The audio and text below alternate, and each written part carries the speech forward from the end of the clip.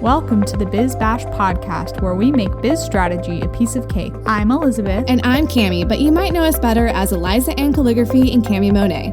We want to help you, our fellow stationers, artists, and calligraphers, confidently build a profitable and personality-driven creative biz. We're here to share our honest-to-goodness advice and actionable strategies for ambitious artists. So put on your party hat, quit being a procrastinator gator, and let's get this party started.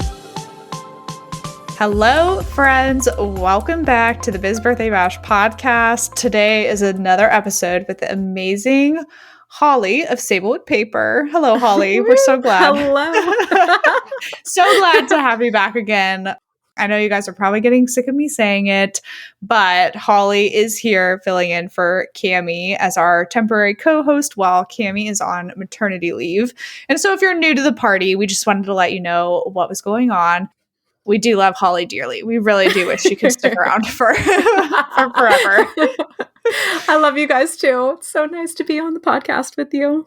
It's been so fun, and we've loved every minute. So, guys, today we are talking about how to attract the right audience with what you say and how you say it. And I'm not going to lie, I put off this episode for months. I probably brainstormed it back in June 2021, and I kept putting it off. I kept shoving it back because it tripped me up every time. I was like, I know I want to talk about this, but I don't know quite what to say or like what my notes are or whatever. Then I finally had my brilliant aha moment. This episode is just about copywriting basics. So we're going to approach it from that perspective, but I do think it is kind of smart to approach the idea of copywriting as attracting the right audience with what you say and how you say it. Mm-hmm. So, that's a little inner glimpse into how my brain works when coming up with content for stuff like this. Yeah. No, I think that's right on the money. It absolutely is all about copywriting. What else could it possibly be about, right? Mm-hmm. And, I had also thought too, I was like, if we ever did something about copywriting, which who knows, like maybe we have in the past, sometimes it's hard for me to remember anymore. But if we were ever to do anything about it, would we have needed a guest? And then I was like, I don't need a guest. Holly and I can just talk about this because we've written a lot of our own copy, like a lot, most of it, in fact. So much. Yeah. Wow. Thinking about all the words that I've written about my business and the words you've written about yours. Woo. My goodness. Yeah, literally like so much, hundreds and thousands of words by now. Yes. I don't think I'd ever be confident enough to do it for somebody else. Like maybe I like editing and helping people out and tweaking some things. But yeah, there are people who make copywriting their full-blown career out there, which is pretty dang cool. So there's some people who are really, really good at it. But if you are not looking to hire somebody, we want to be able to help you guys with copywriting basics. So yes, let's start at the very beginning. Copywriting is simply words. So the first overall message is don't overthink it. Yes. It's really, really easy to overthink this and get in your own head and have imposter syndrome or fears or worries, whatever it may be, that you're not going to do this right. But I think a good place to start is to kind of look at how you already speak in your text messages, emails, personal social media posts, etc., because you can use some of that voice in your business messaging as well. Maybe tighten it up or button it up a little bit. But you'll notice like between different companies, the way that they are using words is very, very different. Mm-hmm. Think about how Cami uses words on her website or Instagram post. It's Cami. I mean, there's no one else like really writes that way. She's the perfect example. Like if somebody else, she's the one who's come up with things like procrastinator gator and other things that we use in the business a lot. The shiny, oh my gosh, I can't even like speak that way without Cami here.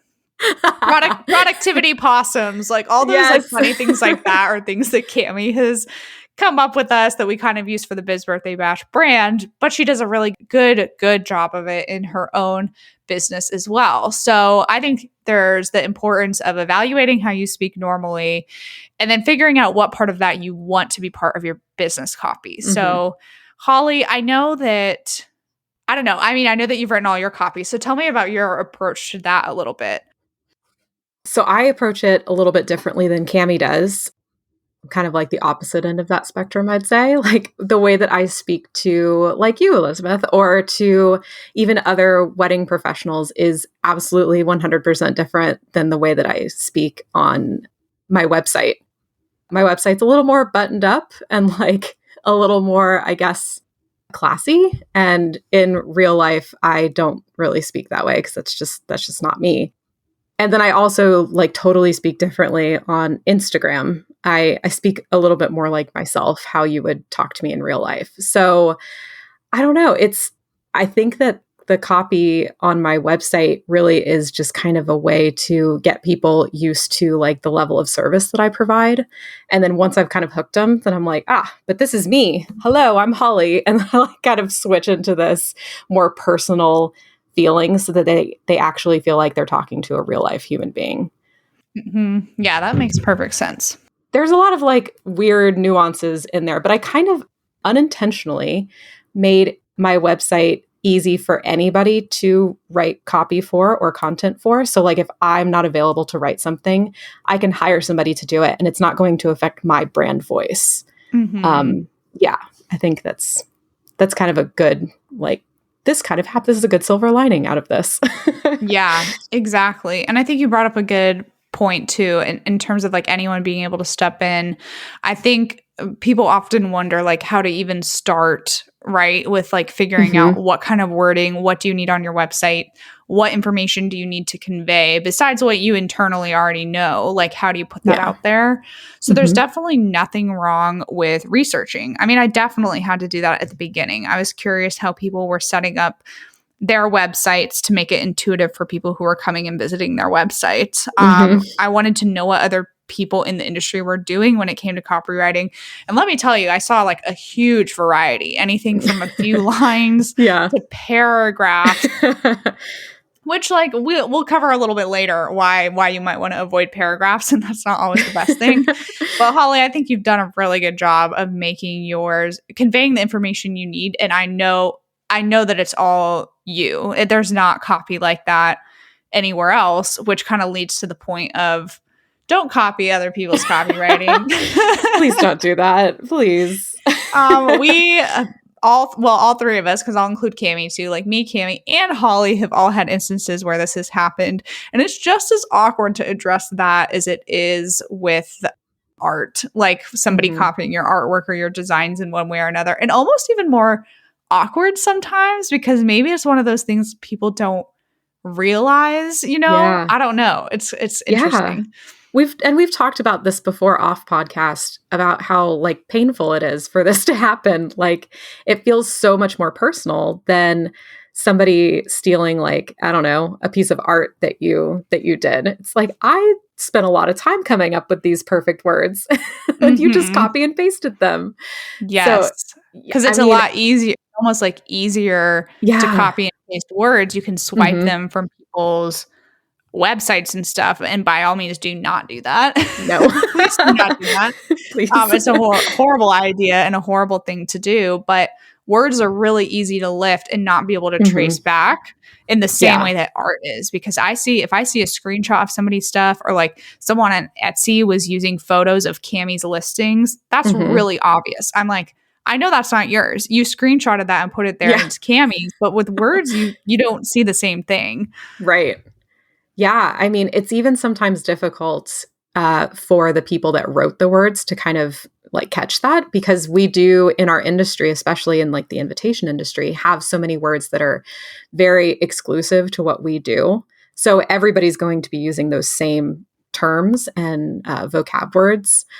Like the one time it happened to me that I caught somebody copying, pasting my words, I got like 2 paragraphs into it before I was like, this sounds really familiar. Like, right? This sounds like something I said.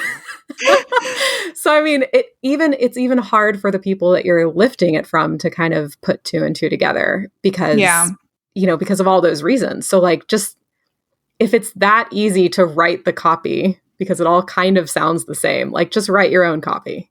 Yeah, write your own copy because you have to understand what it says and why it says that. Because like anything, if you just take what somebody else has done before, you don't really understand the why or the process behind it. It's the same reason that our contracts evolve so much over time. Like we can start with a base template from Dubsado, or you guys can buy our custom stationery contract.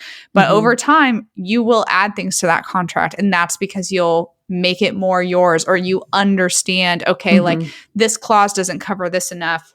And you have to take that same knowledge and expertise and put it into your email or your social media posts or your website, like wherever you are trying to educate people. And so basically, whenever you guys are putting words somewhere, whether it is your email, your website, your social media post, I like to think of it as first and foremost, obviously, it's simply words, but also educating. It's like putting something out into the world that other people can latch onto, that gives them a kind of a direction of where you want them to go.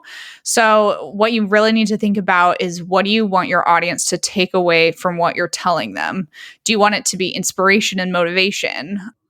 Are you a coach? Do you have a coaching business and you're trying to encourage people? Do you want it to be a call to action? So for us as stationers, eventually there's going to be a page on our website somewhere that is encouraging people to submit their information. And what are we saying on our website that gets them to do that and gets them to that point? Like there has to be steps, like these little stepping stones where intuitively they kind of know what they have to do next. Yeah, you really want to walk your audience through the journey of like that will end with them reaching out to you or booking with you. And how do you get them to do that? Like you wouldn't go up to a random stranger on the street and be like, "Hey, I make invitations. Let's buy them." Like it's just you have to like lead up to that in a way. And that's how you can kind of break down your copy into like easy to digest, manageable bits. Is like when somebody lands on your page, what do they start with? Is it like "Hi, my name is Holly. Here's what I do." And then what do you move into from there to kind of get them excited about working with you and moving forward and clicking on that next link and engaging with them, even though you're not physically there to do so. Yes, exactly. And if you are totally at a loss because it's really overwhelming at the beginning, sometimes it's really good to sit down and kind of do like a brain dump of, okay, like what do I know, the information I need to convey, and kind of get your take on it on paper first. And it is okay then after that step to research what people in your industry are doing. Because like I said, like earlier, Holly, it was like when I did this step, I found a huge variety of ways that people were presenting information when it came to stationery design and what type of information they were trying to convey. And I mean, some of my favorite websites, which this is only if you like reach a certain level, is like a landing page with a photo and an inquiry form. But that's like extra, like you've probably been around for years. You're mainly word of mouth, stuff like that. So that's, if you're just starting out, that's probably not the right approach for you. And so you have to use a little bit of, I don't know, like common sense, street smarts, if you will, to like figure out like what fits for me, what's like the happy medium, what sounds like me. Yeah. And it's practice makes perfect. I mean, I've just been writing for a long time and I keep on writing and you're always going to like make mistakes or it's going to sound silly, but you always have the opportunity to change it. Oh, that's such a good point. Like your website is never like set in stone. You can always go back and say, "Wow, that paragraph made no sense. Scratch that," and add something that does. It's never final. It's always a work in progress. Yes. And I really think there is so much value in doing it yourself because I mean, I'll never discourage people from hiring a professional copywriter because there's so many instances, like say you're writing a sales sequence for email where things like that can be really helpful because there's certain strategies. But it's like you know your business the best. This was something that Cami and I struggled with actually when we worked with a company to help run some Facebook ads for us last year at the beginning of 2021. And one of the biggest things I would have to do is go back into the copy and change some verbiage because they didn't understand the industry like the way that we understood the industry. Because it's like, no, when you say that word and you use that word in that way, it doesn't mean what you want it to mean. It's like the Princess Bride moment. Like, I don't think that word means what you think it means. I use that constantly. I'm so glad you referenced that. Yes. I could hear, I think I was like picking up that you were probably thinking about the same thing as me in that moment. Such a good movie. Yeah. Such a good movie. I'm having a movie night to watch that soon, actually. So I know, and I love that it's on Disney Plus now, so I can watch it anytime I want. I have it on DVD. Of course. Oh my gosh. I was just going to say, I actually like the idea of, if you have the funds to do it, to hire a copywriter to get like a baseline for you. Because they're never going to understand the industry like we do unless you hire a copywriter that is very stationery specific, or whatever your current, what am I trying to say? Your business is. Yeah.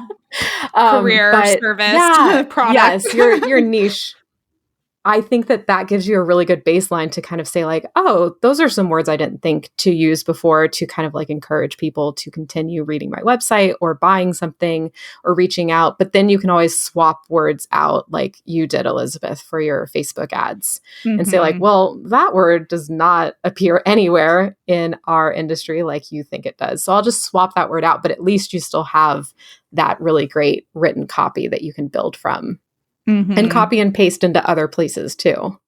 Yes, that's another great point, Holly, is reusing your words as much as you can in as many places as you can. So if you write something on social media that's brilliant, copy and paste it, use it somewhere on your website, something that you like and something that sticks. I think we try to reinvent the wheel every single time when we do something. And that definitely doesn't need to be done. Like, you have to work smarter, not harder. So keep all your like best little tidbits in a note in your phone or something like that. Like when Holly, when you came up with the phrase all-inclusive stationery design, I was like, oh my gosh, that's brilliant that Holly would say it that way. Like, that made so much sense to me, but my brain had never come up with that. Like, that was how you figured out how to phrase it for your clients, and I really loved that. That definitely came from vacationing at all-inclusive resorts. Yes. See, look, inspiration in every place. Exactly. Just sipping a cocktail by the pool, and I'm like, oh, this is perfect wording for my business. Yeah, I mean, that, like, going back, I know I'm regressing a little bit, but what you said earlier, Elizabeth, about looking at other websites in your industry, like, you can learn so much from other industry peers, but also from outside your industry too. Like, there are so many great ways to word things that aren't industry specific, and you can kind of like use that as an inspiration. Like, if you have a candle company that you really love and you love their branding and you love their messaging, like, use that as inspiration. Don't copy it, just use it as inspiration and apply it to your business somehow. Yeah. Well, like, one thing that I really like that Dubsado has done, and I've seen a couple other businesses do this, is on their landing page. It's something along the lines of like, Dubsado is for designers, Dubsado is for doulas, and the word changes out every single time. Yeah, I love that. And it's so smart because, like, visually, like, you're using words, that's copywriting, but you're doing it in such a way that conveys to people just how versatile your product is. So that spin on what they did was like really cool. And I've seen like a couple places do things like that before, but like, I like it. It makes it interactive copywriting. Learn some coding so you can do interactive copywriting. Yes. If you feel so inclined. Don't be intimidated though, if that might not be on your to-do list right this minute, but a cool idea down the way for sure. Yeah. So I think the biggest thing is that you kind of want to think about going back to kind of the overall idea of the episode, attracting the right audience. Mhm. What are you saying and what are you trying to get your audience to do? If there's not a plan behind your words, why are you spending the time writing them? A little bit of tough love. Sorry, guys. There needs to be some sort of strategy in place. Otherwise, you're just throwing paint at a wall and hoping it'll stick. And rather than being intentional, you're, painting the right strokes to make Mhm. a picture that makes sense to people. You're just throwing stuff. Yeah. And then people step back and they're like, whoa, I don't get what's happening here, And I have seen certain websites like that even though they're beautiful, like you guys, what we think is beautiful sometimes as designers is Mhm. actually very confusing and not user friendly for the people Mhm. that we want to be finding us.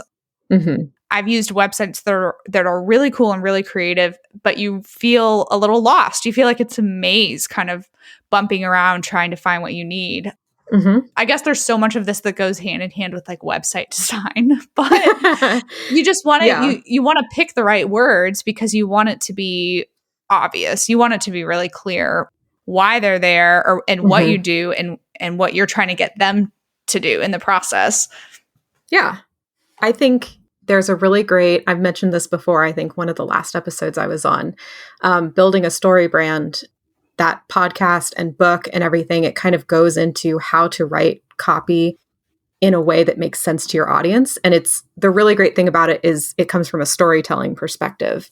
So like when you're writing copy for your website, you're not, like you said, Elizabeth, throwing paint at the wall to see if it'll stick.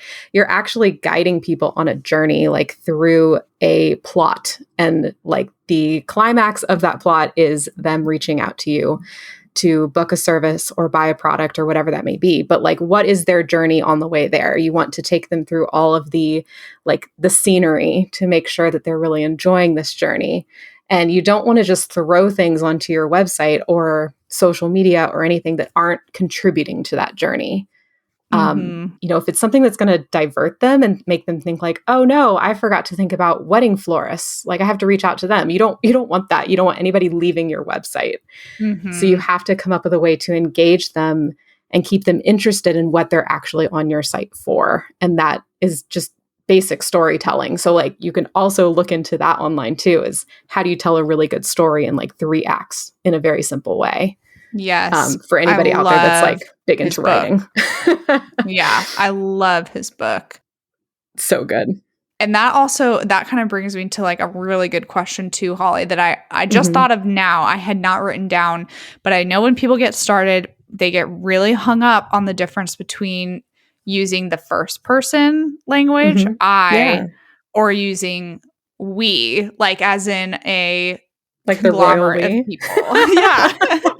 Yeah. And so like when you started out, like how did you decide which one you landed on? Because I think it is a little bit of a branding thing depending on which one you use. And there's no necessarily right answer. I just think it's interesting. Yeah, because a lot of people look at it and they're like, it's just me. So why would I say we in my wording? And I think that's a really interesting way of looking at it because I think we're kind of looking inward a little bit too much. And in my opinion, at least, I would trust a company a lot more to create something that was very expensive, that I paid a lot of money for, if it felt big, if it felt like a big company. So that's why I often use we in my wording, because I want people to realize like this is not just a little mom and pop shop that is just kind of making invitations on the side and and like I don't Yeah. really know what I'm doing. It's just like a crafty thing for me. Like this is an actual career. This is my business. And so I want to be taken seriously. And in my viewpoint, I take businesses seriously when it seems like they're a lot bigger than they are. And Mhm. but there's no right or wrong way to do that. Like you said, I think that a lot of people, it is well served of them to say I in their messaging rather than Mhm. we.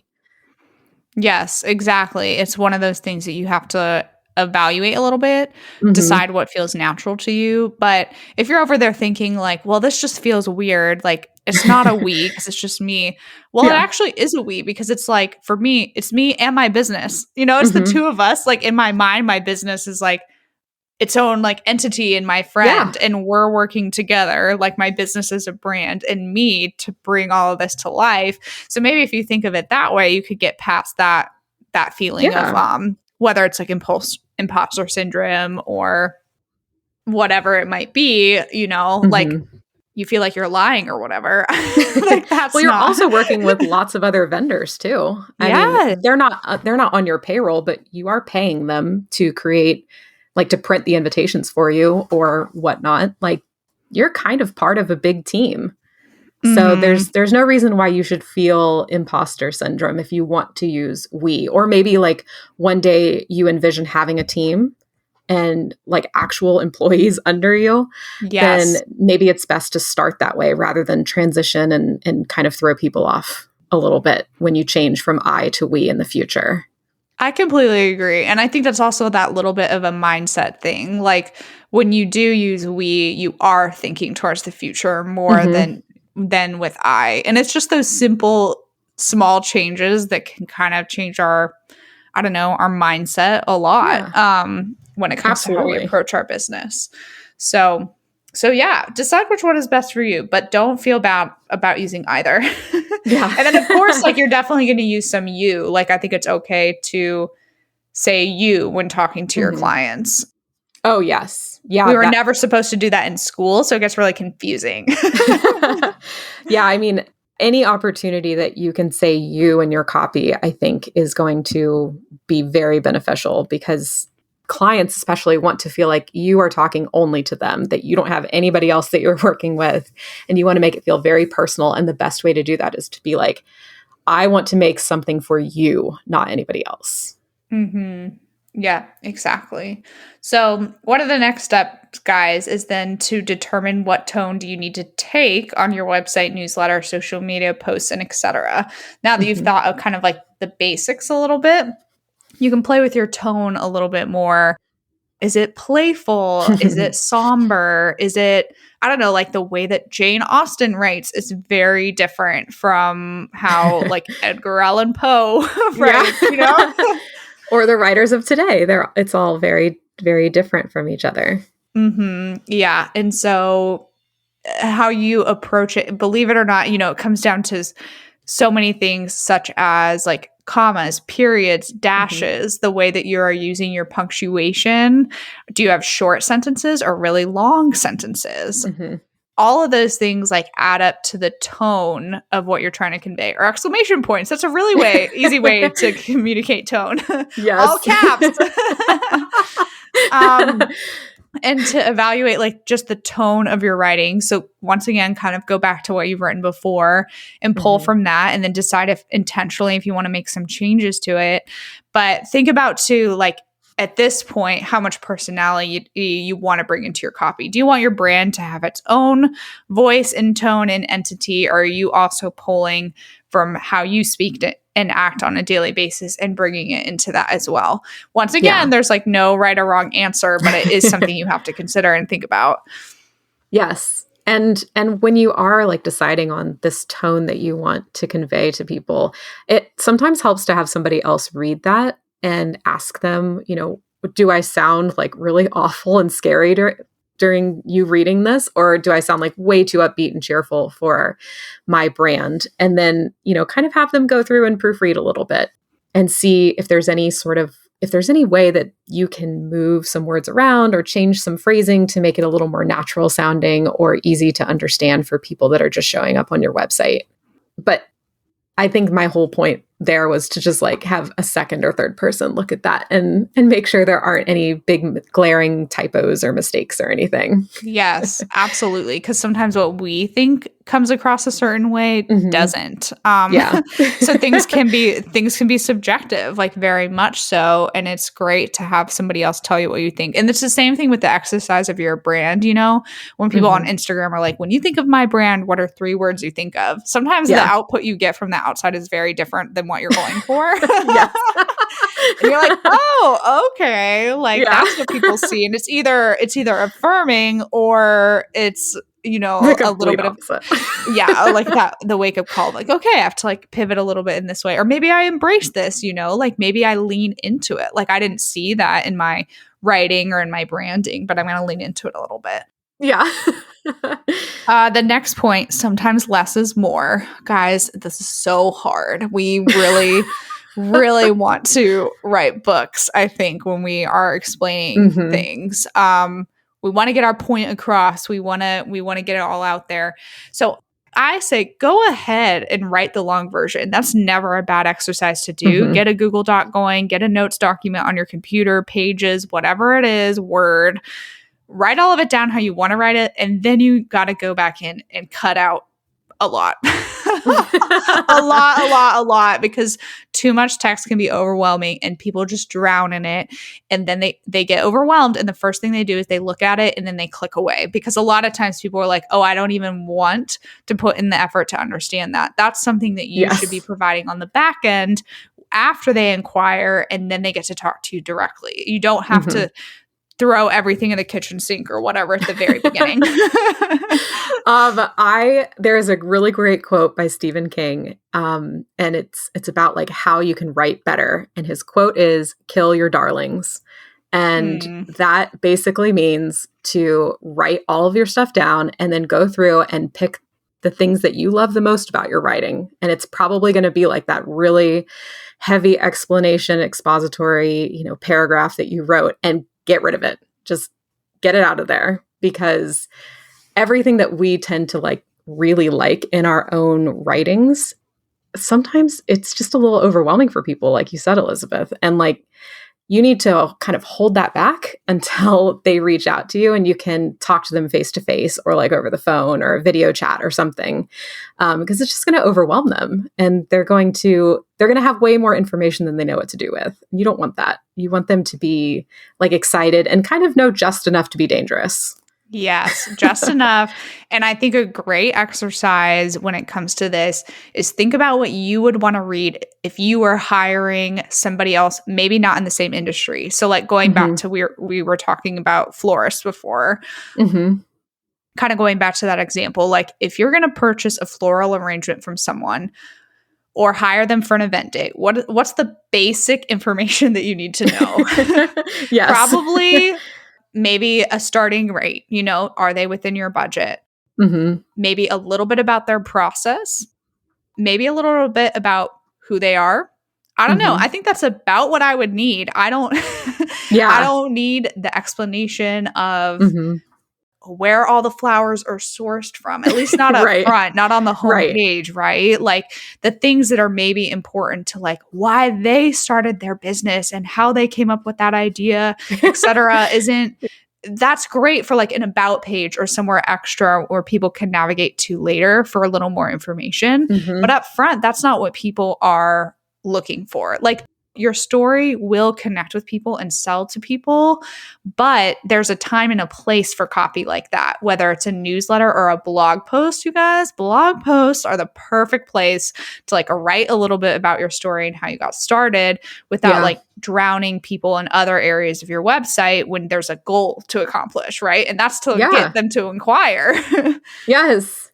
Well, and going back to what you said about people learning your story and being familiar with that, there's other places that are more appropriate for that than your website. Get people to follow you on Instagram, write this kind of stuff in a newsletter, do it on the blog. But that I started my business because I fell in love with weddings after my own wedding. That doesn't belong on your website. Yeah, your and that's all of us, okay? That's nothing. We all do that. I do it. Guys. Sorry for a little bit of tough love, but we all fell in love with weddings because we had our own, for the most part. I'm not trying to exclude anybody, but a lot of us have been down that road, okay? Yes, and that is not going to resonate with your client at all. They don't care. You said it perfectly when you talked about the florist. When I was reaching out to my florist for my own wedding, I didn't really care where she got her roses from. Are you going to give me roses? That's all I need to know. It's those are the sorts of things that you need to think about when you're writing your copy. Is somebody who has never touched an invitation before in their life, how would you explain this to them? Yes, exactly. And that's something that you have to remember too, not to bog things down with internal industry language. So when we start throwing things around really early on, like modern postage versus vintage postage, these are things we're really familiar with that your clients already are going and thinking, this is Greek to me. I don't understand the difference. I don't know what a wax seal is. I don't know what an envelope liner is. Oh my gosh, yes. Yeah, I don't know what an inner outer is. Oh, silk versus satin, you know, like all of these things that, paper types, like that is very much way over like their head. back end, unless you're doing some sort of collection suites and maybe you want to show some printing methods up front for people to understand that a little more. There's just so much, so much information that like Holly said, we got to kill those darlings because not everybody needs all of that up front. They just want to, they want to know if you can make an imitation, plain and simple. And maybe they want to know if you can paint their dog. That's so true. Yeah. That's so true. Yeah, I think that's I love the way that you phrase that actually, because you should definitely think about like all of the inquiries that you've gotten or questions on Instagram or wherever it is that you're selling, and really just look at those with, with a keen eye and say, what are these people asking? They're not asking, do you offer navy blue wax seals with gold edging on invitations? Like, they don't know these words. They are literally asking you, can you make me an invitation? Also, I'd like to include my dog somewhere. Yes. That's it. Like, that's what they know when they're coming to you. You're the one that has to kind of guide them to where they actually want to be in your world. And it's very rare. Yeah, it's very rare to have someone come in and know a lot. Oftentimes it can be the mother of the bride or one of the mothers of one of the people getting married that maybe has a little bit of like a context or understanding of what you're talking about. And then that becomes a whole nother relationship to navigate. But you want to build your copy for the people who don't know anything. Yes. And you want it to be extremely, extremely user friendly and basic. And I know that's not always like fun, but no, it is necessary. Yes.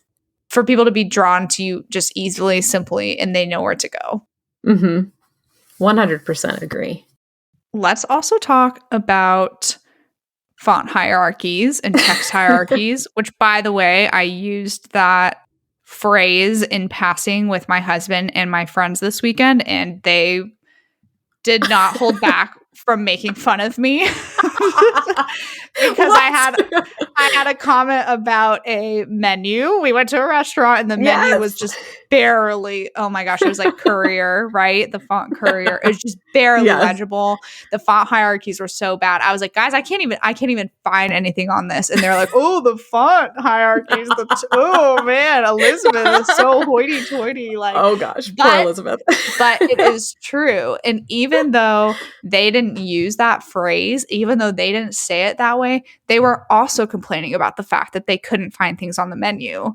So even though they don't have that design brain, they're still having exactly the same struggle that I am. It's just not going to annoy them in the same way because I'm like thinking how I can fix it. You're like, give me a laptop, someone. I've got this. Yes. Someone, please send me this like AI file or wherever you made it. God forbid, Word, whatever it was. Oh my gosh, I can in 10 minutes like make this better for you. But Holly, why don't you list some of like the principles for this that are really important to keep in mind? Yes. So for those of you who don't know, this was kind of my specialty in college. I did packaging design and typography. So this was a big thing for me. Hierarchy on your website is like so important. You have no idea. I can't tell you how many websites I've been to from like other stationers, photographers, planners, all of that, where they use this crazy scripty font that you can't read. And I'm a calligrapher and I still can't read it because it's terrible. Just very swoopy or whatever it is. Like, you want a very crisp, clean, big font for your headlines. You want something that's very easy to read because people are going to spend about 30 seconds on your website before they bounce. and you have to get as much information into their brains as possible. And you don't want to spend 30 seconds like reading this crazy font that they can't decipher. Kind of like you and your menu this weekend, Elizabeth. Like if you weren't already sitting down for dinner, like what if you had walked up to that menu and it was on the wall of the restaurant or something and you were trying to decide if you wanted to eat there? Like, yes. If you can't read the menu, like it's not really going to give you a great impression of eating there. So you want your website to be similar. You want, when you're thinking about hierarchy, you want the biggest copy, which is the larger font size, to draw the eye of the people that are on your site. And anything that's smaller than that is going to function as supporting text.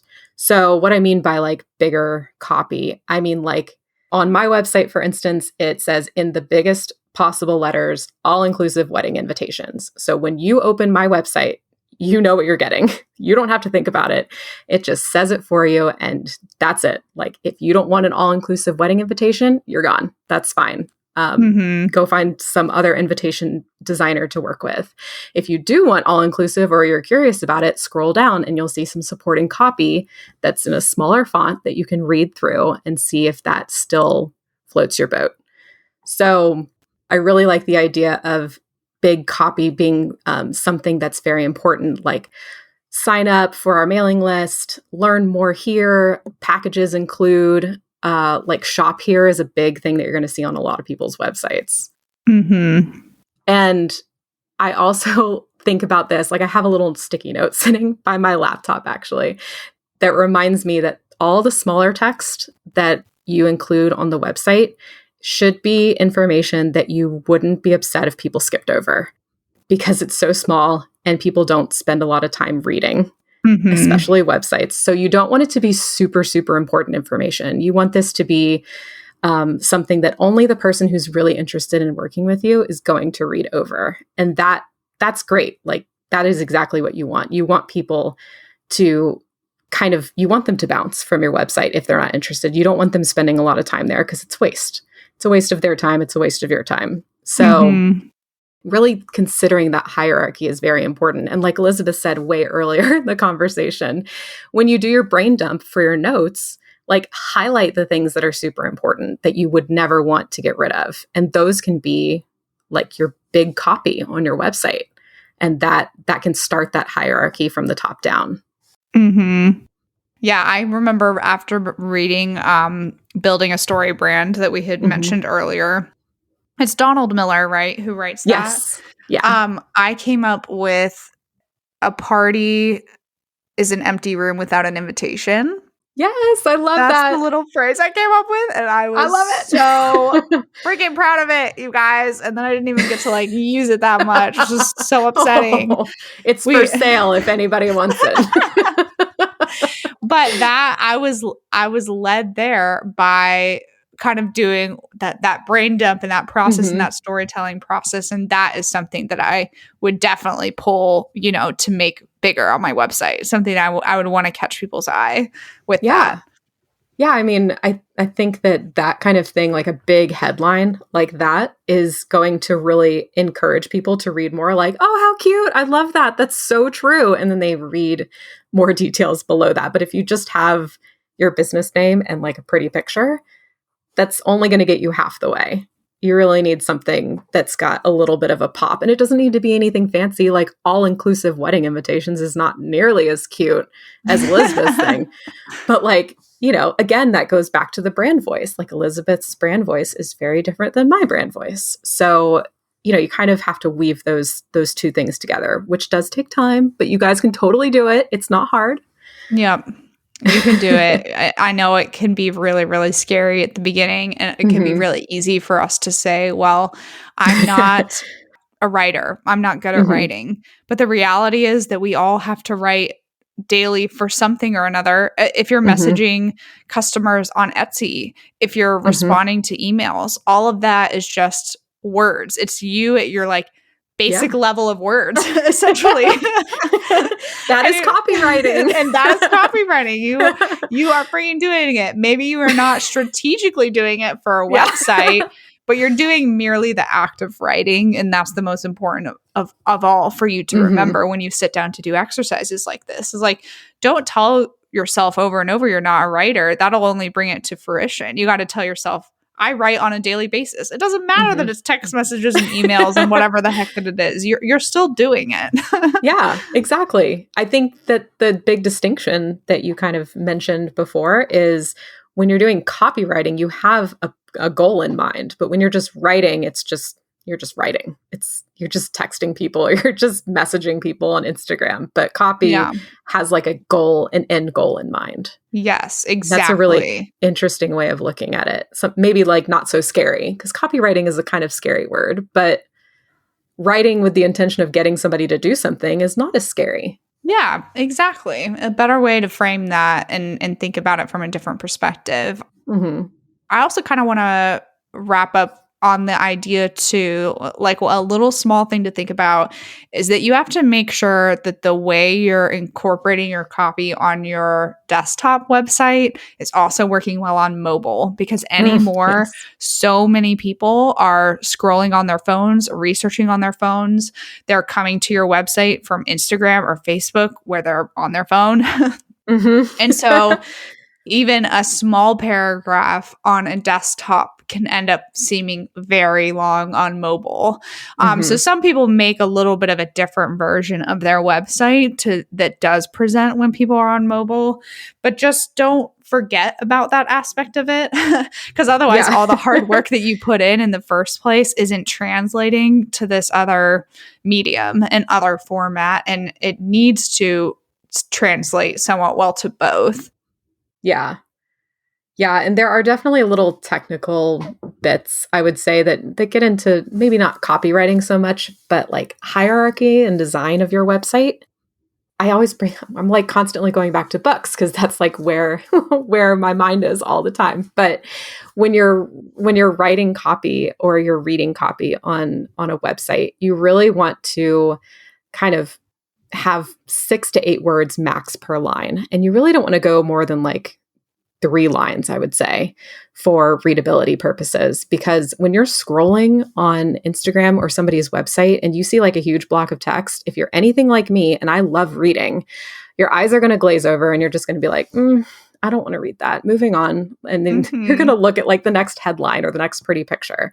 So, try to keep those paragraphs that we keep mentioning, like not really paragraphs, but really sentences, and very short sentences. Like treat this like a child is reading your website. Yeah. Exactly. Like explain it like I'm 5, And that could actually be a really fun exercise too, Holly, is asking people in your life who are different ages, different genders, somebody a little younger than you. Like maybe asking my younger brother would be very different from asking my grandma. But it's still equally important to see how they are kind of, how they are kind of interpreting it. And then asking a friend who maybe is like your target demographic, like so-and-so over here, okay, they kind of fit the person that I would be targeting, the age I would be targeting. Like, let's get their thoughts on it too. Yeah, that's a really good idea. Nice homework for you guys. Yes. To put together. Very smart, Elizabeth. Start simple, you guys. You can do it. Yes, it's not as bad as everybody makes it out to be.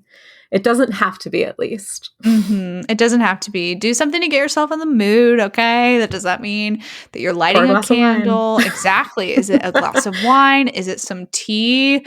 Maybe which one you choose helps you decide how you approach your copy, right? Wine, a little more like sassy. Tea, a little more calm. Like, yeah. And don't feel like the first thing that you put on paper has got to be the thing that you put on your website. Like, it's probably going to take a few iterations to get it to a place that you're happy with. Yep, for sure. So if you do have any questions about anything we've said here, you guys know what to do. Well, if you're in the Facebook group for the A to Z directory, just ask them there and we would love to answer them. We hope to keep Holly around in the Facebook group even after she's done co-hosting, if she's up for it. I'll be there. She'll be there.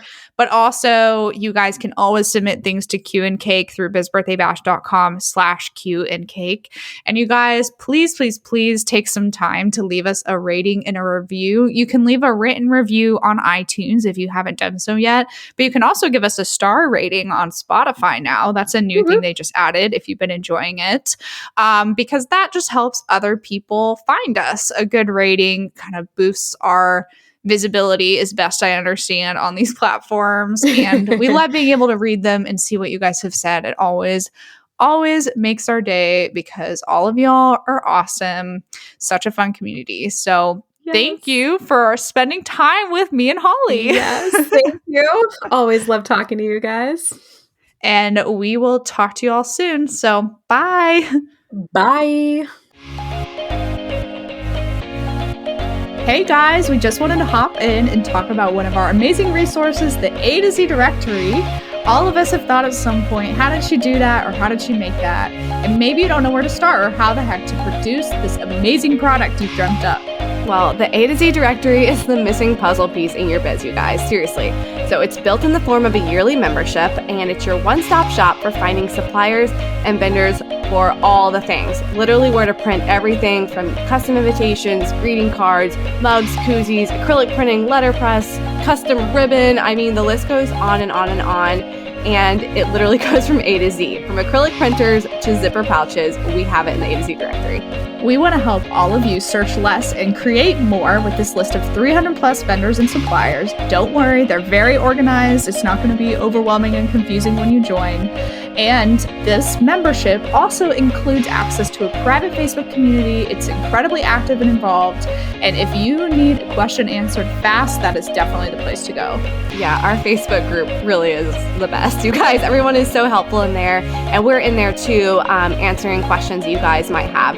So it's a great way to get access to us and ask us things without sliding into our DMs. So we're more likely to answer you in the Facebook group, just saying. Anyway, also in the Facebook group, this is new for 2020 and we're really excited about it. We are hosting monthly Power Hour Q&A sessions that are live, and these are only available to our A to Z directory members. So you can hop in with us live and ask us all your burning questions in real time and just hang out with us every month. And we do these at different times so you can actually be there live, and the replays are always available in the Facebook group for members. This resource is priced at $147 a year, which honestly is extremely affordable and it's full of so many benefits, such as exclusive vendor coupons for members only. And we would love to have you guys join. Seriously, it's kind of like our family and our tribe. So visit bizbirthdaybash.com/directory to sign up today and use coupon code podcast2020 to receive $20 off your first year. That's podcast, all caps, 2020 for $20 off your first year. We can't wait to see you in the Facebook group.